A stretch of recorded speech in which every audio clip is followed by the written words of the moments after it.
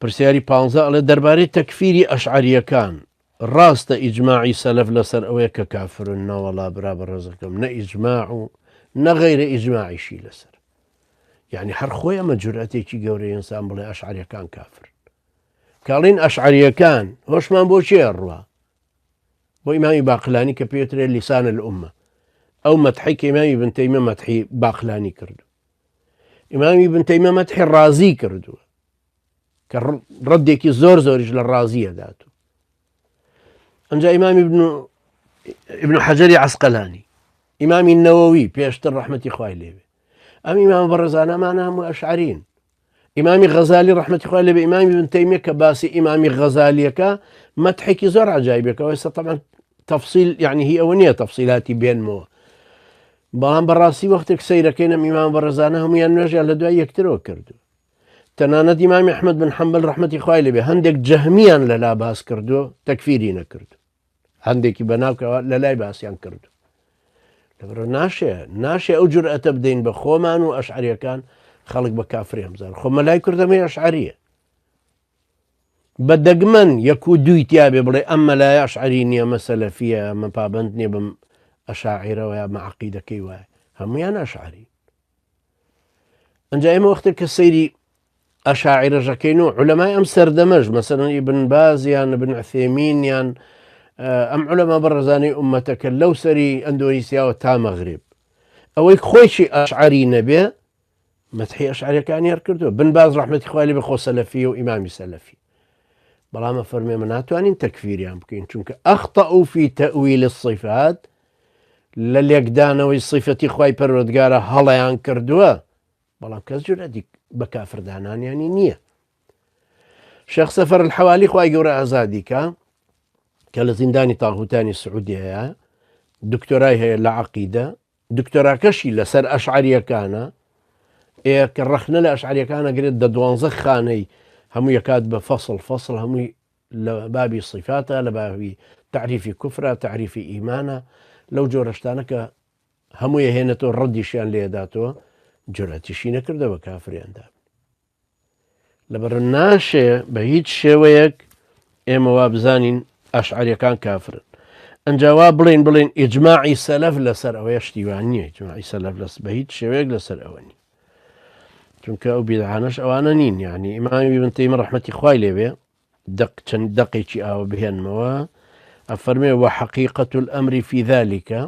لو مسائل كفر إيمانها إن القول قد يكون كفرا فيطلق القول بتكفير صاحبي أشياء قفتاري كفرين درب بريه بو قول بي كافر ببي ويقال من قال كذا فهو كافر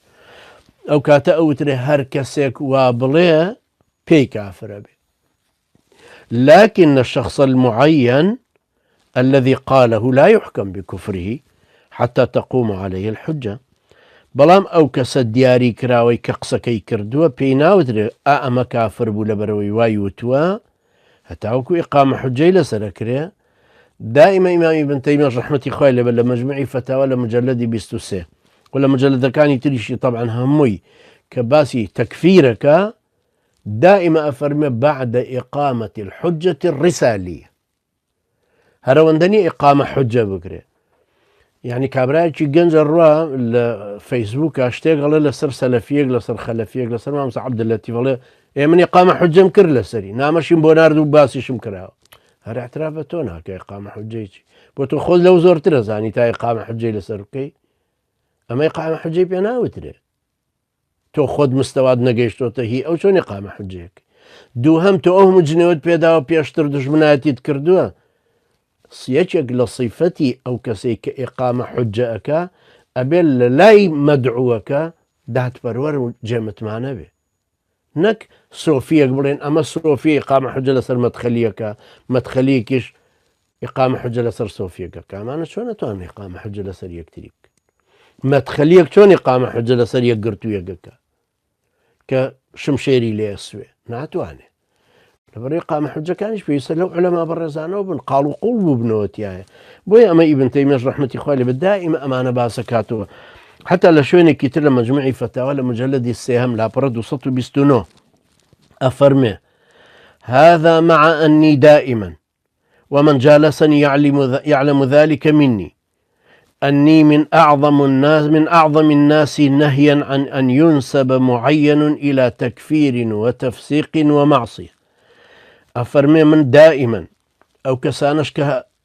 دانشتون لقلما وجليس بن أزانا كمن لهمو كسيك زياتر دورم لويك كسيكي دياري كراو تنصيب بكم بو كفر، يعني يتش بكافر دابنم يا بفاسق يان بخاون معصية دابنم، إلا إذا علم أنه قد قامت عليه الحجة الرسالية، إلا أجر زاني بيتم كأما إقامي حجي بيامكي لسر كراوي، يعني تيجين راو إقامة حجة هندك أو عند الساويل كتلي تيجيشتوها متأثرة بيشي تشوكو سليماني كوري سحمان يا بيشي ترلو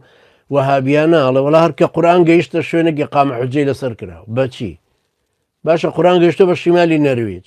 معقولة بلين كابراي النرويجي والله بيتولم القرآن تيجيشت بي بابا والله غلوية شي يما داما القرآن كي بيجيشتو لمزقوته هرنيتواني بيخوينتو شون ما إقامة حجة لسر كراو إقامة حجة بيساوي إقامة حجة الرسالية بيه تيجين قمانا كان الرد كاتو بويا بابي تأويل أو اندبر فراوانا أو علماء بالرزانة إمام ابن تيمية لظمني أنا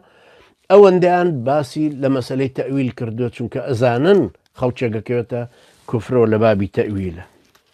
بويا أمانة طبعا إمام ابن تيمية رحمة إخوائي بزوري لما أنا باس كردوه أنجا أفرمي أو كسانك جناحك أنجامدا كان كافرا تارة وفاسقا أخرى وعاصيا أخرى. الشيء جاري بي كافر بو بجاري واشي نهر فاسق جاري واشي الجناح بار لسري وهي تشتر. وطبعا زوري تفصيلاتك زور هي لسر أوا وقصي أواني تريش مهري هنابو كاتمان يستنيهم وينقلك والله مهركس كبيرة.